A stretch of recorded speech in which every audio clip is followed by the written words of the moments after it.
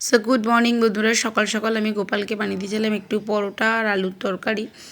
আর এবার আমি সকালবেলা একটুখানি সাজিয়ে ঠাকুরকে ভোগ আদি লাগিয়ে বসিয়ে দিয়েছিলাম। তো চলো ব্লগে দেখতে থাকো। আজকে বৃহস্পতিবার দেবো অন্নভোগ।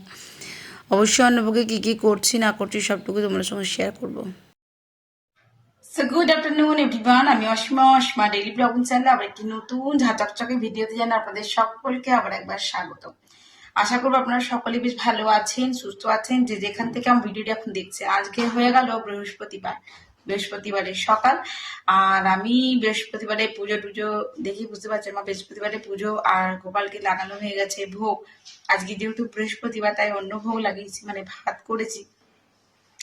তো অবশ্যই আমি এখন ভোগে বসিয়ে দিয়েছি শাক প্রভুকে। তো ও হোক, তারপরে আপনাদের সঙ্গে সেটা শেয়ার করব। অবশ্যই বলে যে ভোগ দর্শনে দুর্ভোগ কাটে। তো সকলেই গোপালের আশীর্বাদ অবশ্যই নেবেন। আর এদিকে আমার বৃহস্পতিবারে পুজো অনেকক্ষণ হয়ে গেছে। তো অবশ্যই ব্লগের সঙ্গে শেয়ার করব, অবশ্যই ব্লগের সঙ্গে থাকবেন, না দেখতে থাকবেন আজকের এই ব্লগটা।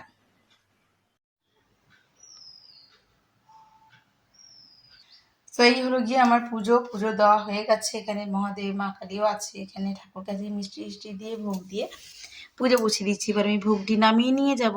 আর ওখানে গোপালকেও আমার সকাল সকাল ভোগ দেওয়া হয়ে গেছে, অন্নভোগ। তো চলো।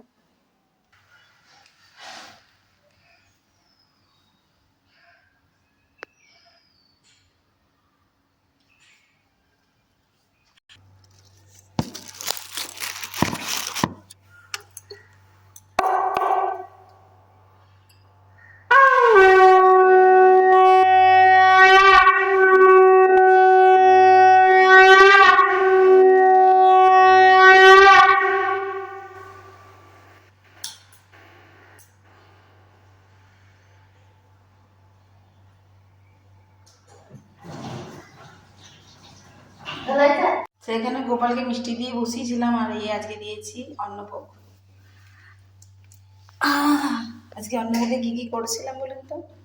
ভাত, এটা বিরিয়ানি রাইসের ভাত, এটা করেছি সজনে ফুলের বড়া, গপুকে দিয়েছিলাম আলু ভাজা, অন্ধকার লাগছে, এ করেছি মুগের ডাল, আর করেছি ফুলকপি আলু ক্যাপসিকাম দিয়ে তরকারি। গপু তুই খুশি?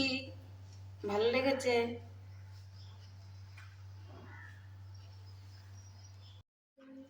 তো আমরা বসে গেছি দুপুরে লাঞ্চ করতে। এই যে প্রভুর অন্ন প্রত্যেকের প্রসাদ হিসাবে নিয়ে নিয়েছি।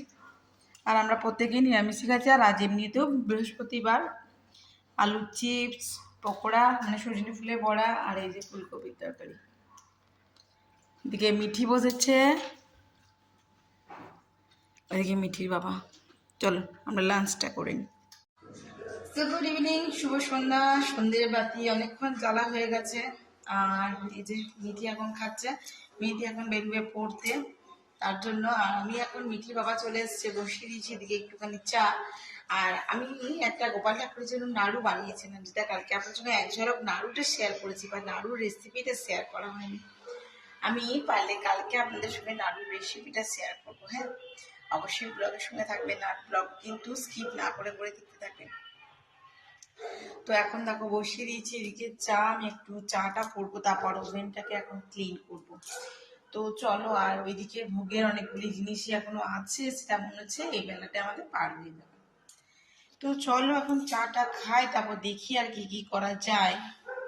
এই যে আজকে গোপাল ঠাকুর শয়ন হয়ে গেছে, প্রদীপ জ্বলছে। আর এই যে দেখো আমার গোপাল ঠাকুর ঘুমোচ্ছে। সো বন্ধুরা, আমি চলে এসেছি বিকেলবেলায় বাজার নিতে, মানে সন্ধেবেলায় আর কি। তো কিছু জিনিস নেবার ছিল, তারপরে ঝাঁটা নেবার ছিল, অনেক কিছু জিনিসগুলোই নেবার ছিল, যেগুলো নিয়ে টিয়ে আমি আবার চলে গেলাম আলু নিতে। তো আলুর সঙ্গে আমার পোস্তটাও দরকার ছিল, কালকে নিরামিষ। তো যাই হোক, সন্ধেবেলায় আজকে নারকোল আর সুজি দিয়ে আমি এই নাড়ুটা বানিয়েছি গোপাল ঠাকুরের জন্য।